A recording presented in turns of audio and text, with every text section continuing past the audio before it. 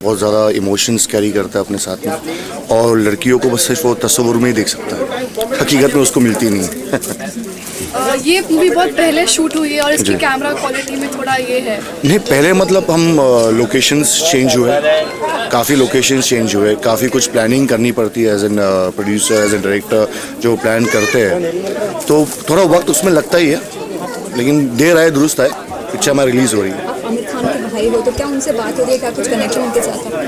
नहीं, ऐसा कोई कनेक्शन तो नहीं है, लेकिन मैं ये ज़रूर कहना चाहूँगा, मैं लेट ताहिर हुसैन खान साहब का बेटा हूँ, और मैं ये कहना चाहूँगा कि जहाँ भी वो अभी है, बहुत ज़्यादा खुश हो गया मुझे देख के यहाँ पे, और मैं उनका शुक्रगुजार हूँ। कंट्रोवर्सी नहीं होगी, लगता नहीं किया सुनी आपने? नहीं, मेरे हिसाब से तो नहीं होनी चाहिए, मैंने तो कुछ ऐसा शूट किया नहीं है। जब फिल्म की कहानी राजा बंदर ने कहा है, कहानी जिस तरीके से बताई गई है पता नहीं, लेकिन मैं जो हमारा रोल है, जो मेरा रोल है, वो एक रोमांटिक हीरो का, जैसे मैंने बताया था आपको, जिसे कभी लड़की मिलती नहीं हकीकत में, और जो मिलती है वो उसके ख्यालों से भी अलग होती है, तो ऑफ कोर्स।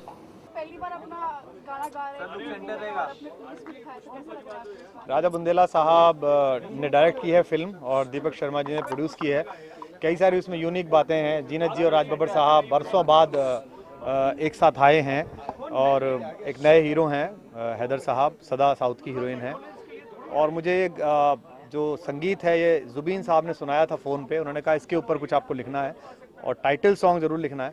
सो वो टाइटल सॉन्ग है दिल तो दीवाना है। उसमें मैंने दिल की क्या क्वालिटीज़ हैं और दिल कैसे कैसे काम करता है वो मैंने लिखा है। पीरों फ़कीरों सा, रांझों सा, हीरों सा, इश्क की बस्ती का बाशिंदा, ये मैंने उसको दिल को वो दिया। और मुझे उम्मीद है कि इंडियन फिल्म इंडस्ट्री लिरिक्स के मामले में जिस कई बार ऐसी चीज़ें प्रस्तुत करती है जैसे पूरे देश के सामने बड़ा अजीब सा लगता है, ऐसे में अगर बाकी लोग हिंदी की कविता से या उर्दू की शायरी से अगर यहाँ आएंगे, फ्रेश लोग आएंगे, तो ज़्यादा अच्छी लिरिक्स फिल्मों को मिल सकेंगी। मुझे पूरी उम्मीद है कि फिल्म भी हिट होगी और गाने भी हिट होंगे। नहीं, ऐसा नहीं है। इंडस्ट्री में लगभग सभी जितने भी बड़े प्रोड्यूसर्स और डायरेक्टर्स हैं वो मेरे निजी रूप से मित्र बहुत वर्षों से हैं, पर मैं कवि सम्मेलन की जिस मुख्य धारा में हूँ और जहाँ पर हूँ वहाँ जो 3 बातें होती हैं, पहली प्रसिद्धि, दूसरा पैसा और तीसरा आत्मिक संतोष, वो वहाँ पर्याप्त मिल रहा था।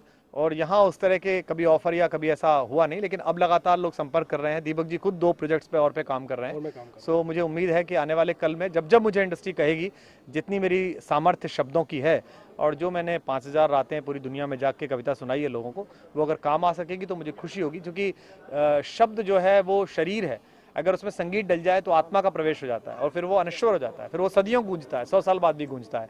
तो अगर अपने शब्दों को अनश्वर बनाना है, यूनिवर्सल बनाना है, तो उसके लिए संगीत के साथ उन्हें किसी फिल्म में लाना ही होगा। नहीं पार्टी से हो और साथ ही राज बब्बर जी वो कांग्रेस से है और राजा बुंदेला जी है वो बीजेपी से है, तीनों अलग अलग पार्टी से फिल्म में है, तो तीनों का संगम क्या कहेंगे? नहीं, हम तीनों एक ही दल के हैं, जिस दल का नाम है क्रिएटिविटी, इश्क, मोहब्बत। और राज बब्बर साहब मेरे बहुत पुराने बड़े भाई जैसे हैं, राजा बुंदेला साहब बहुत अच्छे दोस्त हैं। मुझसे कहा गया, और हो सकता है कि कल हम में से कोई आदमी या और कोई नया आदमी जो अब राजनीति में नहीं है वो किसी राजनीतिक विचारधारा में हो।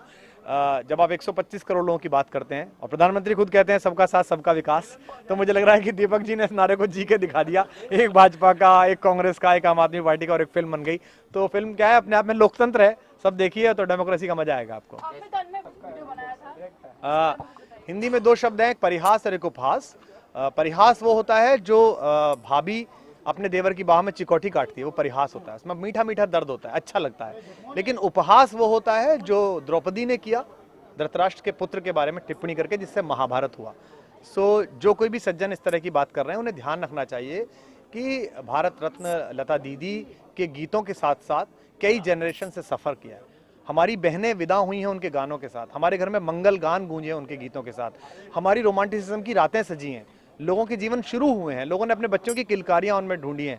सो ऐसे में आप मजाक इतना विद्रूप न करें कि लोग बाग नाराज हों। और ये सब जिम्मेदारी उन लोगों की है, सेंसर के उन लोगों की है जिन्होंने वो शब्द स्वीकार किया था।